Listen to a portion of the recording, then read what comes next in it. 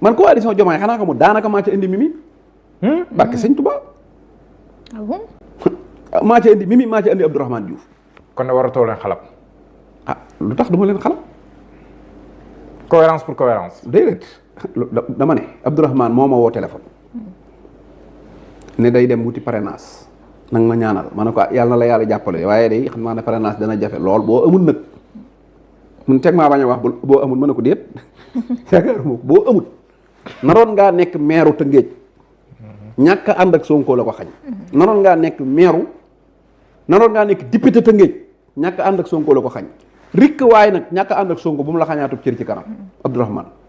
mu ne ma man naa ci bàyyi xel ma bañ ca jógee ma dem ba fàtte ko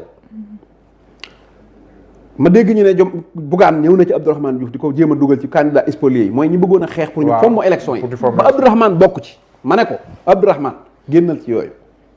buñ dàqee élection buñ ko dàqut mënoo wax ba lii amul lu fu mu jëm demal Pastef nga jàppale leen Diomaye day jël réew mi xam nga mu ma doog koo convaincre mu ñëw gis nga Mimi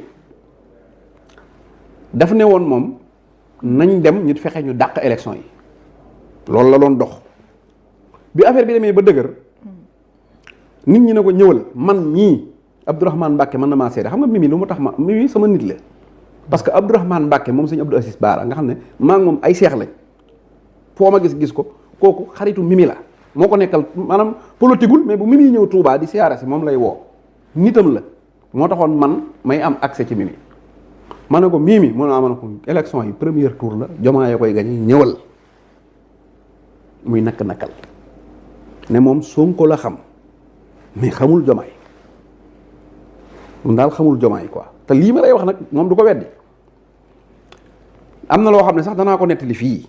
mën naa ko trahir tey tuuti rek mooy dafa woolu Yacine Fall ab añ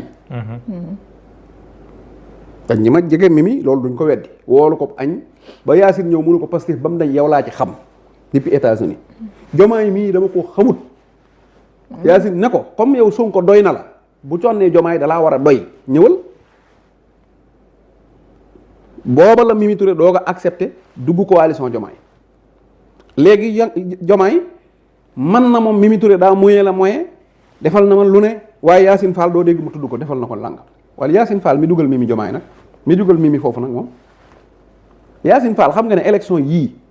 kër gi mu doon na ci baayam la dem jël jaay ko jox ko waa Pastef ñu campagne xam nga loolu moo tax wallahi gor ñi nekk Pastef fexe ba Diomaye falu buñ la waxee liñ daj rek àdduna tukki